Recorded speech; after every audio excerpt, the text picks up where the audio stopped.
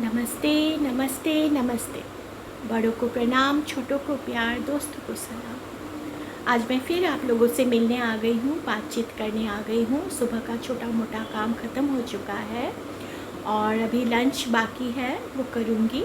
लेकिन पहले सोचा आप लोगों से थोड़ी सी बात कर लूँ, क्योंकि मेरा वीडियो उतना इंटरेस्टिंग शायद नहीं है या कुछ दिखाने लायक अभी भी मुझे मिल नहीं रहा है। मैं क्या करूँ, मैं बोलूँ। मैंने शुरू तो कर दिया चैनल में आना, लेकिन कल मैंने एक अपने कमरे में, मतलब हमारे घर में 10 कमरे हो, लेकिन देखना पर्टिकुलर एक कमरा हमें प्यारा होता है। तो मैंने अपने प्यारे से कमरे का एक छोटा सा वीडियो भी मैंने अपलोड किया था, वो भी देखिए।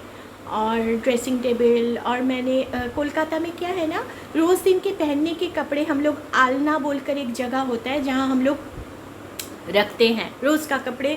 रोज़ दिन का जो कपड़े होते हैं उसको निकालने के लिए हम लोग अलमारी नहीं खोलते हैं। तो वो यहाँ तो आलना है नहीं, क्योंकि मैं खारघर नवी मुंबई में रहती हूँ। तो मैंने एक बैग के अंदर सारे रोज़ दिन के कपड़े मैंने घुसा कर रखे हैं। मेरी दुर्गा माँ का तस्वीर मैंने दिखाया है।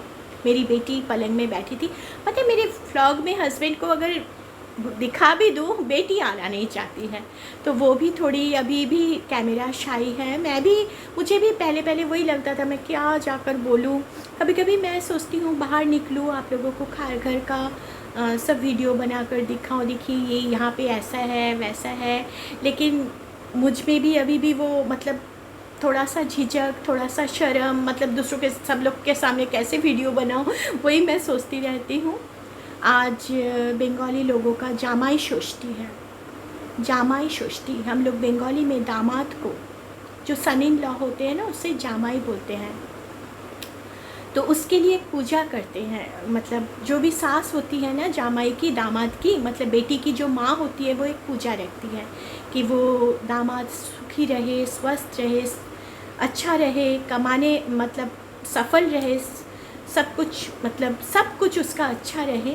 तो एक पूजा होता है, उसे जामाई षष्ठी कहते हैं। बहुत तरह के फल, मिठाई वगैरह से मतलब खाना पीना, वो सारा दिन मतलब दामाद जी को खुश करने में लगी रहती है। वो पर्टिकुलर एक दिन होता है, ये मई महीने में या जून महीने में आता है, उसका जो तिथि या तारीख पड़ता है। तो आज का दिन कोलकाता में जामाई षष्ठी होता है। माँ बाप दोनों को खोया है। आज पता चलता है पिताजी, बहुत, मैं मिडिल क्लास से बिलोंग करती हूँ और बहुत मिडिल क्लास की मैं अभी भी जो हूँ, बहुत ही मिडिल क्लास की हूँ। मतलब 3 बेटियाँ, मेरे पिताजी की 3 बेटियाँ, सोचिए। और पिताजी अपने दामाद को खुश करने के लिए तरह तरह के फल लाते थे। कोलकाता के मिष्टी के दुकान से, मिठाई के दुकान से तरह तरह के मिठाई, कपड़े, जूते, जो भी पसंद है। फिर सास ससुर के लिए भी जितना उनमें हिम्मत था वो कोशिश करते थे।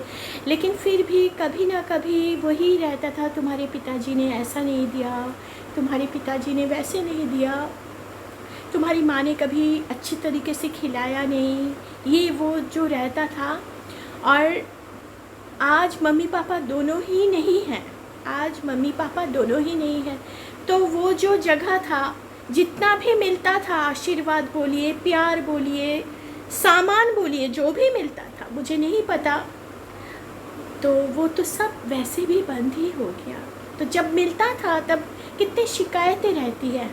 जब हमें किसी से कुछ मिल जाता है ना, हम लोग बहुत सारी शिकायतें करते हैं, बहुत सारी, कि ये नहीं हो रहा है, वो नहीं हो रहा है, ये ठीक से है नहीं, अरे अच्छे कपड़े देने चाहिए थे, ऐसे कैसे कपड़े दे देते हैं दामाद को, वैसे देते हैं। मेरी सास भी बहुत बोलती थी। कभी कभी मेरे हस्बैंड अच्छे मन से ले भी लेना, जब घर लौटती थी ना मैं, और घर लौटकर प्यार से दिखाती थी, मम्मी ने ये दिया, पापा ने वो खिलाया, इतने बड़े बड़े हंडी करके रसगुल्ले, कोलकाता के एकदम अच्छे अच्छे मिठाई, और मिठाई के ऊपर लिखा रहता था जामाई षष्ठी। वो दामाद का वो जो ओकेशन में है ना, वो मिठाई के ऊपर लिखा रहता था। तो उस समय क्या होता था, मेरी सास बोलती थी, ये कहाँ अच्छा है, ये देखो किस तरह का है, ये तो एकदम भी अच्छा नहीं है। सुनने में भी बहुत बुरा लगता था। ना तो माँ बाप को फ़ोन में वो बताना, मतलब बता सकती हूँ, हज़म करना। नेक्स्ट टाइम फिर वही होता था कि फिर नेक्स्ट साल भी ऐसे ही होगा। मेरे पिताजी अपने हिम्मत के अनुसार जितना कोशिश करते थे पिताजी जब तक थे तब लगता था कि कुछ भी है, माँ 20 को गुजर गई, तब भी लगता था कि पिताजी ज़िंदा है, लेकिन पिताजी भी 2021 में गुजर गए दिसंबर में। तो आज वो जामाई षष्ठी का जगह खाली हो गया, पूरा खाली हो गया, कुछ भी नहीं मिलेगा। तो माँ बाप जिसके हैं, जिनके हैं, जो भी मिलता है, एक लकड़ी का टुकड़ा, एक फटा पुराना कपड़ा, वही बहुत है, बहुत। मुझे मेरी एक बेटी है, फिर भी मैं नहीं जानती मैं अपने दामाद को क्या दे पाऊँगी। मेरी बेटी की जब शादी होगी मैं उसको कितना दे पाऊँगी। मेरी मम्मी पापा ने जो भी दिया बहुत दिया, आज वो लोग नहीं हैं। मैंने कभी भी, मेरे मन से मैंने कभी भी शिकायत नहीं की, लेकिन जब मेरी सास या मेरे हस्बैंड या मेरे ससुर जी कुछ बोलते थे तब वही लगता था थोड़ा अगर बेटर सामान देते शायद इतने बातें सुनने नहीं मिलता। लेकिन एक टाइम पे के बाद पता चल गया था कि कितना भी आप दूसरों को दे, आप खुश किसी को नहीं कर सकते अगर वो दिल से खुश नहीं है। तो ये सारी बातें आज मैंने आपसे कह दिया, इमोशनल होकर। बहुत सारी बातें दिल में दबे रहते हैं हम औरतों के, हम लोग खुलकर बोल नहीं पाते हैं ना किसी को। तो वैसे मेरे सास ससुर भी अच्छे हैं, अभी मेरे ससुर जी थोड़े बीमार हैं, लेकिन वही तुम्हारे मायके से ये नहीं मिला, वो नहीं मिला, वो लगा ही रहता था। और सासू माँ गुज़र गई है, ससुर जी हैं, और वो कोलकाता में अपने मकान में रहते हैं, अपने घर में। हम लोग दाल रोटी के चक्कर में मुंबई में फंसे हुए हैं। इस साल सोच रहे हैं, देखें कहाँ भगवान हमारा नैया पार लगाता है। जैसे जैसे मैं आगे बढ़ूँगी आप लोगों को ज़रूर बताऊँगी। आप लोग हमेशा खुश रहिए, आप लोग मुस्कुराते रहिए। और दोस्तों, जो भी जितना भी जहाँ से भी मिल रहा है ना, ऊपर वाले का आशीर्वाद समझ के उसे दिल से ग्रहण कीजिए, दिल से उसे एक्सेप्ट कीजिए। मुस्कुराते रहिए। बाय।